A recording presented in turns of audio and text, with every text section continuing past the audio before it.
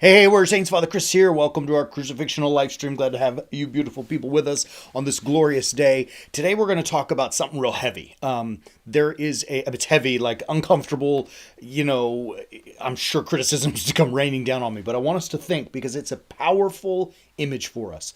There is a young lady named Katie Myers, and she was a goalie for the Stanford University women's soccer team. She played there and was set to graduate and was waiting for acceptance into Stanford Law School. I say was because, unfortunately and tragically, Katie took her own life. She committed suicide earlier. I believe it was earlier this year. And I can't imagine what the family's going through. As I read the story, I thought about, like, I have daughters. I don't know. I mean, my heart in some sense bleeds for them when I put myself in their position, because I don't know how I would deal with it. The topic for today, however, is the way that family chose to deal with it. Now, I'm going to be tough on them, but it's not really about them. For Warrior Saints, I want us to see this image so that we can apply the proper manner of living life to our own lives and not to emulate this. And here's what happened. So Katie committed suicide because the story goes like this. There was a Stanford University football player who sexually assaulted a Stanford University women's soccer player who was obviously on the team with Katie Meyer. And in response, Katie poured coffee on the guy and, burned him. I don't know the details of it, but the way the article says that she spilled coffee on him. And she was defending, her father said she was defending this girl who was sexually assaulted. Now, I don't know if any of those allegations are true or not, but that's the story. And here's where it got tough. Stanford sent Katie a 6-page email, according to the parents, that was detailing what happened and that there would be a disciplinary hearing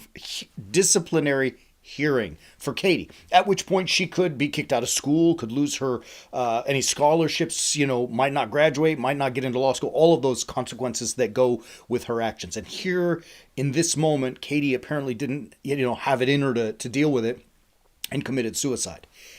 The family is now suing Stanford University for wrongful death because Katie took her life. And I want to read to you this little quip, this paragraph that ESPN.com wrote about the family's response. It says the following, that Stanford sent this email late at night in a reckless manner because the after-hours disciplinary charge and the reckless nature and manner of submission to Katie caused Katie to suffer an acute stress reaction that impulsively led to her suicide.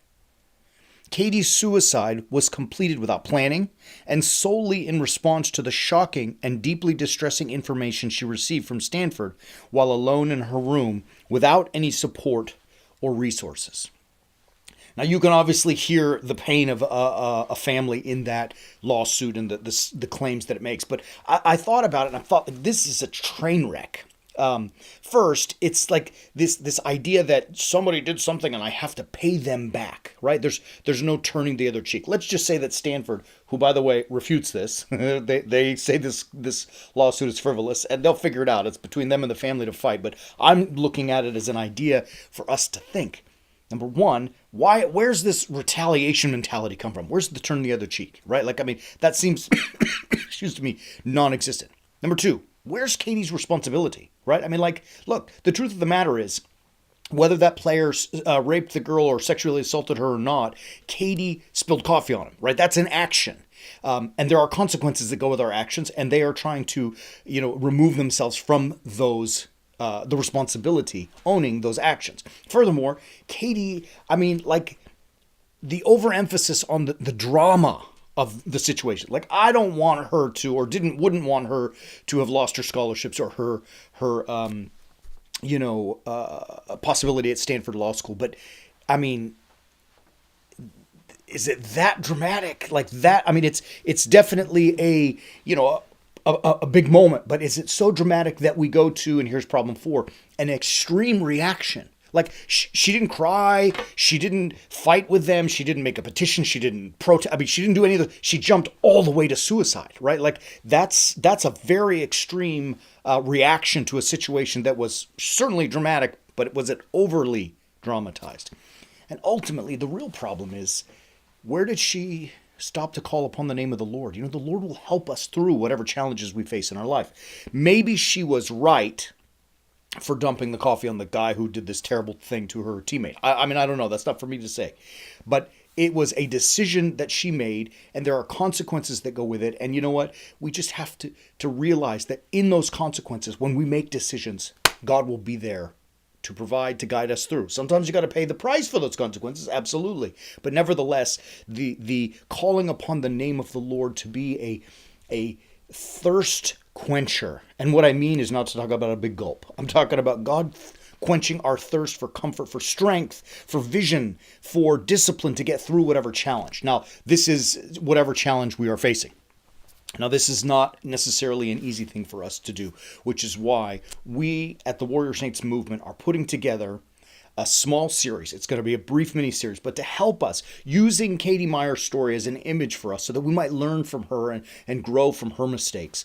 We're going to look at situations like this when you and I face challenges.